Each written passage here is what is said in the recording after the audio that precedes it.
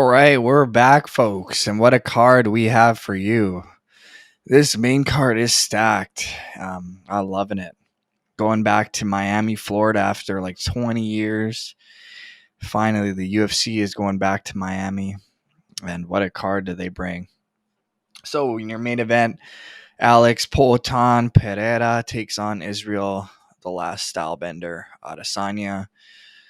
Interesting fight. So, what's interesting is if you see the odds here, Alex Pereira plus 120. I don't get that. Plus 120. What am I missing here? This guy's 3-0. They fought 3 times. He's won 3 times and he's the underdog going into the 4th fight. How does that make sense?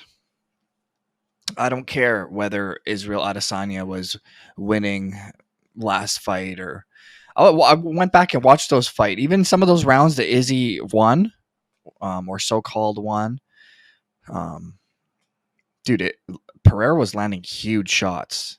And if anyone's getting knocked out, I'm assuming it's probably going to be Izzy because, Izzy's, don't get me wrong, Izzy's got power, but there's a different level in the power between the two. And Izzy is also known for going to the distance in a lot of his fights, and Alex Pereira is not. He is known for knocking people unconscious. Dude, Alex Pereira is huge for middleweight. This is the only thing my knock against Alex Pereira is I think every version from UFC on, every time he fights at middleweight, he's going to get worse and worse and worse because he's cutting too much weight. I think that's going to take a toll on his body.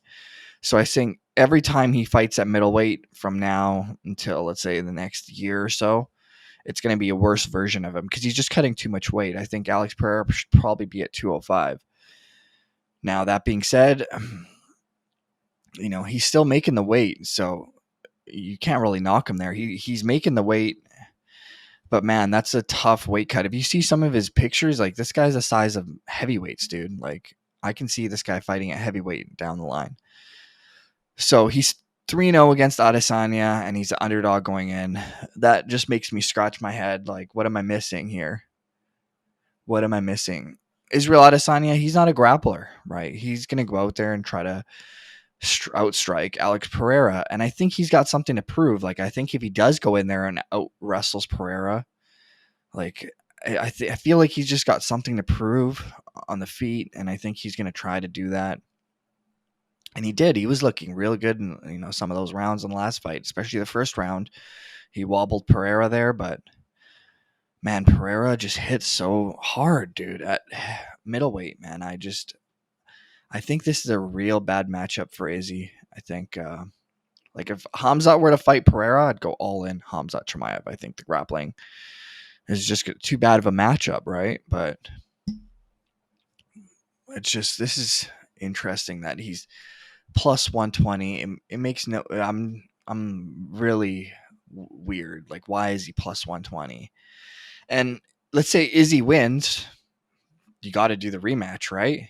So if Izzy wins, now they're 1-1. If not, 3-1 because if you count the kickboxing matches.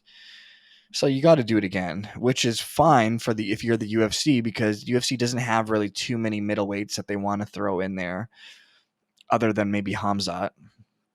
But he hasn't really had a middleweight fight yet, so they're probably going to give him like a Paulo Costa, something like that, and then so they don't mind if this one has a third match. But it's just weird because Izzy wins, you got to run it back. Alex Pereira wins, you're not running it back. But like, why is he an underdog? He's won 3 out of 4 fights so far. Just weird. It's very weird. Let's see here. I'm going to go to Gilbert Burns takes on Masvidal. Huge favorite, minus 500. Can you guys let me know when last time you've seen Jorge Masvidal a minus or plus 400 underdog? I don't even know the last time I've seen Jorge Masvidal maybe against Usman. That's crazy. So Gilbert Burns, Jorge Masvidal. Gilbert Burns is good everywhere. Right, you got a jiu-jitsu world champion. If this fight goes to the ground, you better go all in on Gilbert Burns. Jorge Masvidal, no slouch on the ground, but nothing compared to the jiu-jitsu that Gilbert Burns brings to the table. Jorge Masvidal coming off 3 straight losses to top guys, 2 to Usman, 1 to Kobe. One of those being a knockout loss, so no shame in that.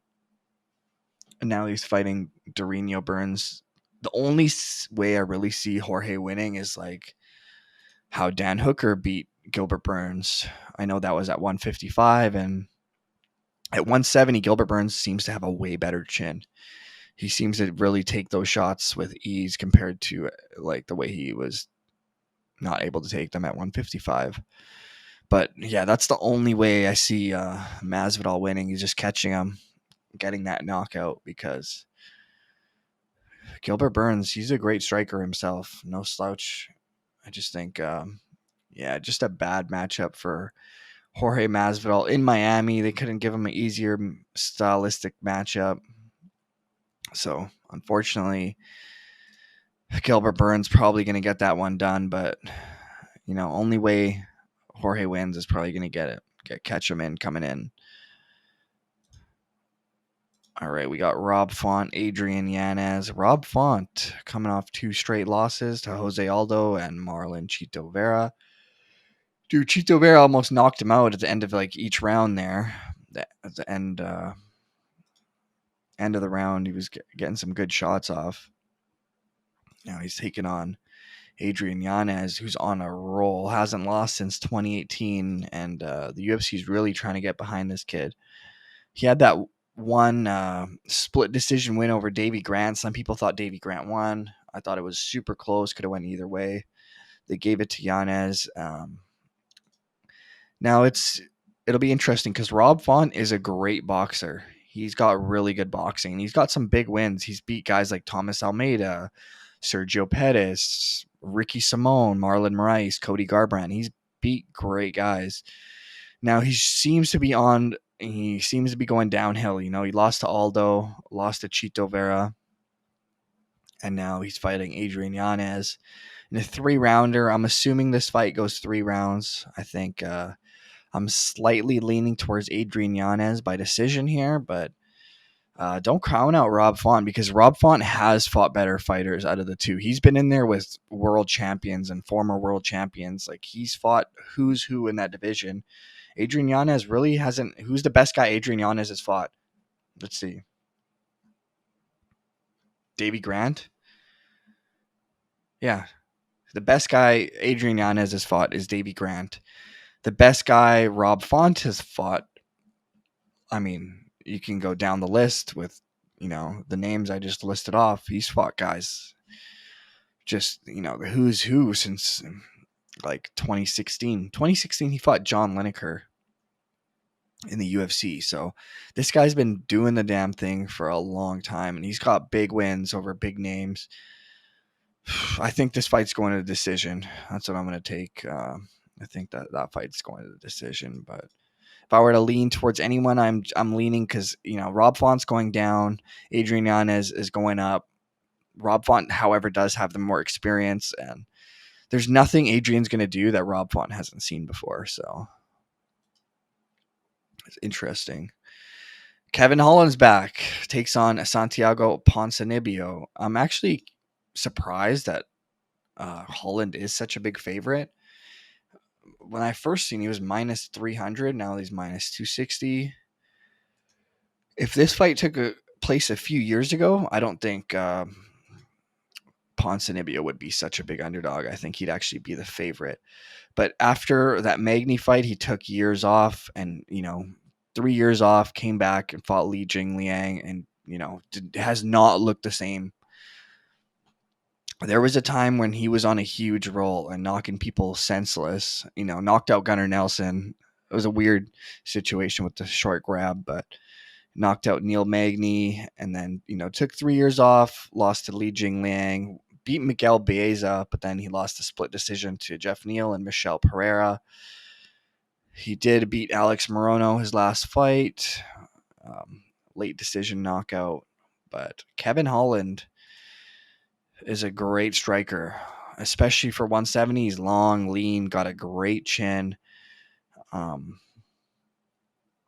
Yeah, the fact that he's minus 300, I don't know if I agree with that. I mean, Santiago Ponzinnibio is a gamer. Uh, let's see here. So Kevin Holland's last two fights against experts in one area of the game. So Hamzat Chimaev, an expert in wrestling in the grappling department. Stephen Thompson, an expert in the striking department, right? And he tried to strike with Stephen Thompson, which would just didn't go well. And Hamzat Chimaev just, did what Hamzat Chimaev does and runs through people. So no shame in losing to Chimaev, but I thought he should have beat Thompson. It was just a bad matchup for him.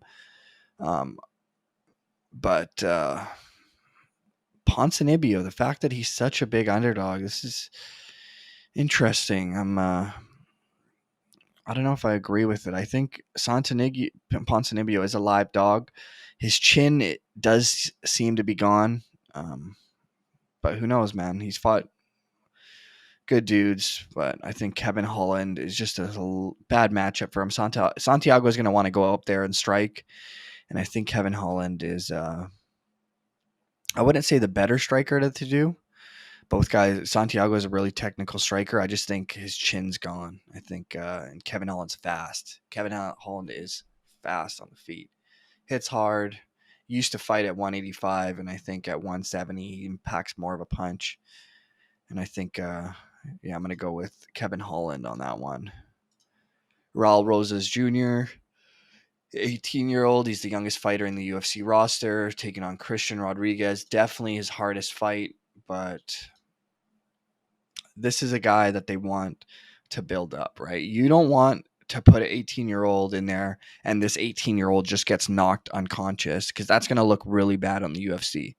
Horrible. If you see your guy, he just gets knocked unconscious and the 18-year-old, you're going to be like, bro, come on. If you're Dana, why aren't you building this kid up?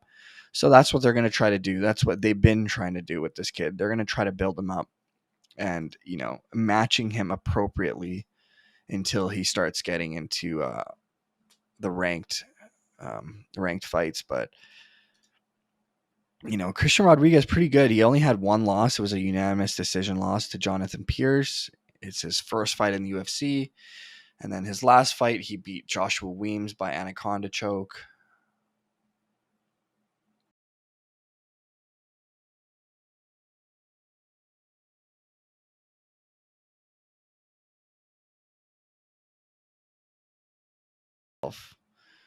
Um, got a fight coming up with Bryce Thug Nasty Mitchell, which is going to be interesting. But I think Raul Rosas Jr., I think the UFC, it just makes no sense for the UFC to match him against someone who's just going to take his head off. It just, you want to build this kid, right? 18-year-old. It's going to look bad if you get this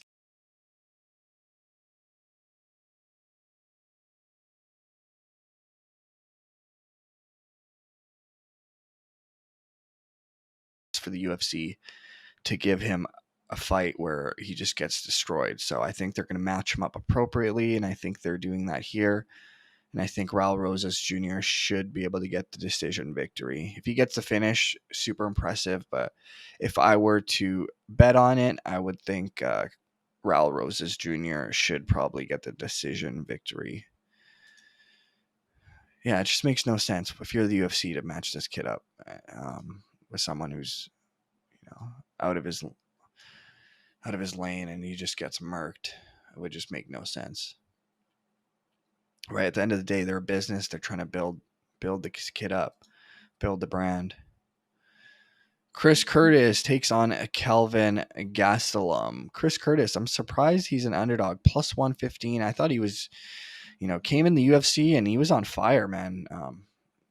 Since 2020, he only had one loss, and that was to Jack Hermanson. So, and he's got wins over Phil Hawes, Brandon Allen, beat Adolfo Vieira, beat Joaquin Buckley. He's got big wins over some pretty big names.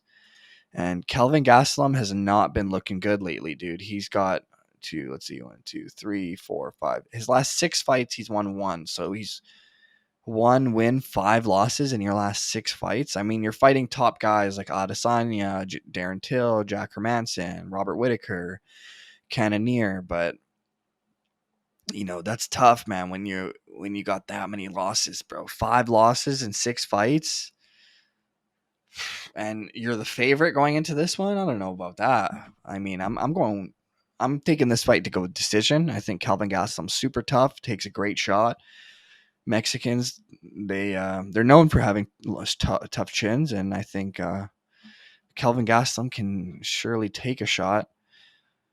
Is he going to be able to give the shot? That's another story. Chris Curtis, on the other hand, he's also good at taking shots. He's a tough dude. He's got a great chin. I think this fight stays on the feet, and I think Chris Curtis, I'm leaning towards him because he's been looking so good lately. He had that one loss to Jack Hermanson. Both guys actually fought Jack Hermanson. Chris Curtis lost a decision, and Kelvin Gastelum got heel hooked very quickly in the first round by Jack Hermanson. I just think I'm going to go with the action man. I think he's going up, and Kelvin Gastelum is going down. I think time's up for Kelvin Gastelum. I'd like to see him fight back at 170 if he can make the weight, but I don't know if he can, because I find, some of these middleweights, man, he's only 5'9", bro. You got guys at bantamweight that are taller than him, 5'9", and you're fighting at middleweight, bro. Come on. You got to fight guys like Alex Pereira and Adesanya or 6'4". Makes no sense. Cut that weight. You want to stay in the UFC? If he loses this one, got to cut that weight, bro. If they don't cut you, they might even cut you. I mean, I could see that you lost 6 fights and you're 6 out of 7. I mean, I could see them cutting him. Yeah, I don't know about Kelvin Gastelum anymore.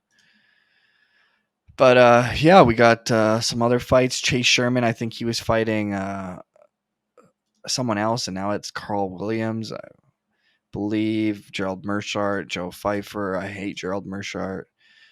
I think he's not the greatest, but the main fight. This is your main attraction. Alex Pereira, Izzy Adesanya. That's gonna go, and that's gonna be interesting. And you've seen the last fight where Kamaru Usman came off a knockout loss and did not look the same against Leon Edwards. And how is Israel Adesanya going to do? I mean, he didn't get flatlined. I thought it was an early stoppage.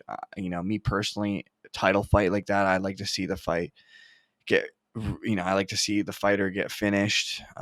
He was still standing. He's moving his head a bit. I don't know. He was a little unconscious, but at the same time, middleweight title fights on the line. I'm trying to see blood. You know what I mean? These guys get paid a lot of money, especially if you're fighting for a world title.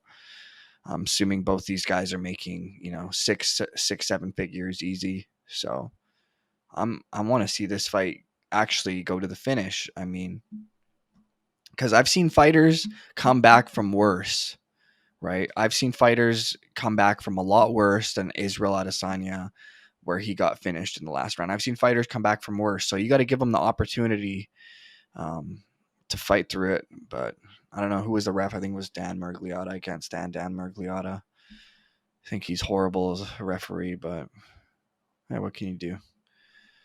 So those are my picks. If you guys want to make some extra passive income, use BetUS, promo code Iceman.